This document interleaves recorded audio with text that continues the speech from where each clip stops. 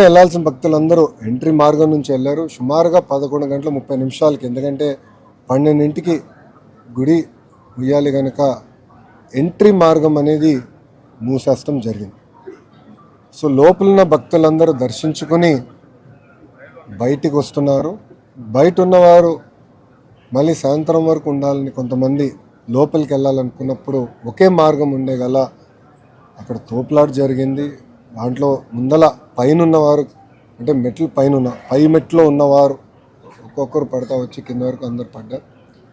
ఇంకో పక్కన మీడియా మిత్రులందరూ కూడా చూస్తుంటారు, బ్యారికేడింగ్ వేశారు. కానీ ఆ బ్యారికేడింగ్ ఏంటంటే ఫౌండేషన్ 2.5 ఇంచెసే చేశారు.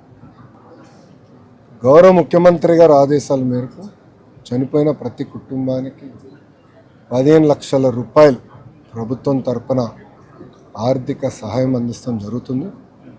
క్రిటికల్గా ఇంజన్ అయిన వాళ్ళకి 3 లక్షల రూపాయలు ప్రభుత్వం, ఆంధ్ర రాష్ట్ర ప్రభుత్వం అందిస్తాం జరుగుతుంది.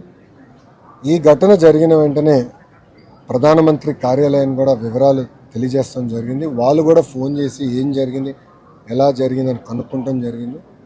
గౌరవ ప్రధానమంత్రి గారు కూడా చనిపోయిన వారికి 2 లక్షల రూపాయలు, క్రిటికల్గా ఇంజర్ అయిన వాళ్ళకి 50,000 రూపాయలు కేంద్ర ప్రభుత్వం నుంచి కూడా సహాయం అందిస్తాం కూడా జరుగుతుంది.